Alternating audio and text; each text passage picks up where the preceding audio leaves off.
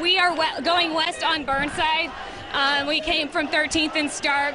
We're about I would say a quarter of the way back from the front. I'm with Seneca, and what's your name? Ava. Okay, can you tell me a little bit about why you girls are out here tonight? We just really want to be a part of this and do our best to make a difference and have them feel our support. Were you out here on Friday? We were not. We just came today. We came around 4 and started in Pioneer Square and then made our way there, and now we're making our way back. What made you want to come out? I mean, did you see last night and how peaceful it was? Yes, and it's very advertised on social media by a lot of our peers as well, so we decided to come out and join. Thanks. Be careful. Okay, so this is probably the biggest group we've seen since Friday. Again, they're calling this peaceful, and it seems like it's going to remain peaceful. But there is a lot of emotion, obviously. I mean, we're seeing a lot more signs out tonight.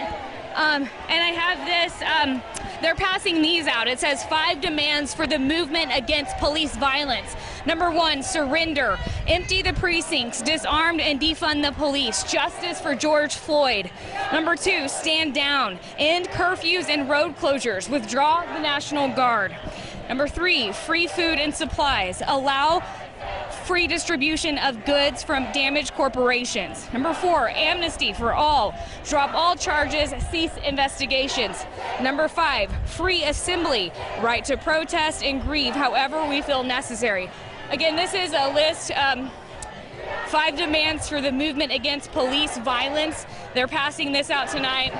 So before this kicked off over at 13th and Stark, the crowd came together and the leaders talked about the rules for tonight. The first rule for tonight is no violence. They have made that abundantly clear that they want to keep this peaceful. They were successful last night in making it peaceful, even though you did have a couple of bad apples in the group.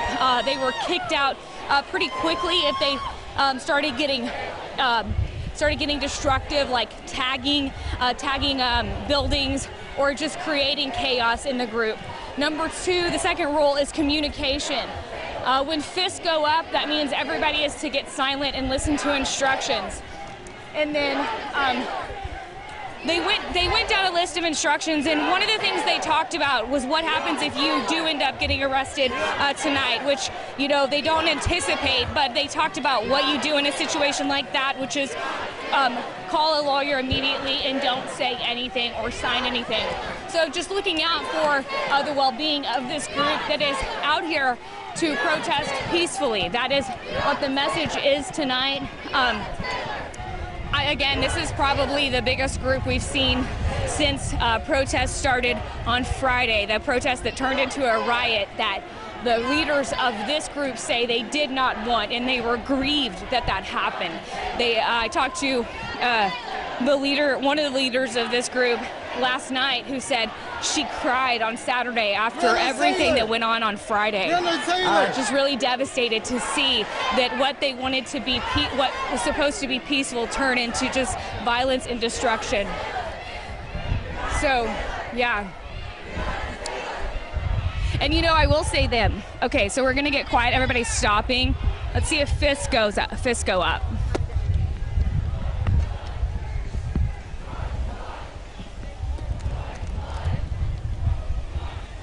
And there are people passing out supplies here.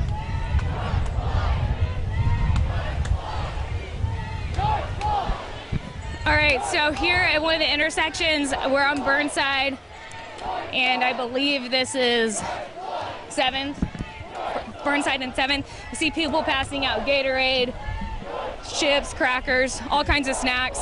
So they had an abundance of supplies at 13th and Stark at the starting point. They had water, Gatorade, they had wash rags, they had earbuds, they had jugs with milk, and then in order to get I'm told that's to get the burn out of your skin if there is tear gas.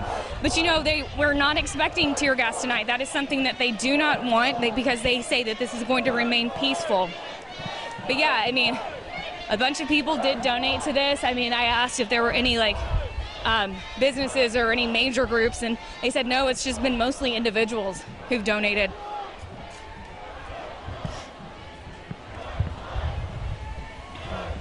So they're headed to the Burnside Bridge, but yesterday, if you were with us yesterday, around this time, they decided to occupy the Burnside Bridge, and the entire group, I mean, it was probably thousands of people on the bridge, hundreds of people lying down flat with their hands behind their back for 9 minutes, absolutely silent for 9 minutes, 9 minutes representing the number of minutes that George Floyd suffocated to death.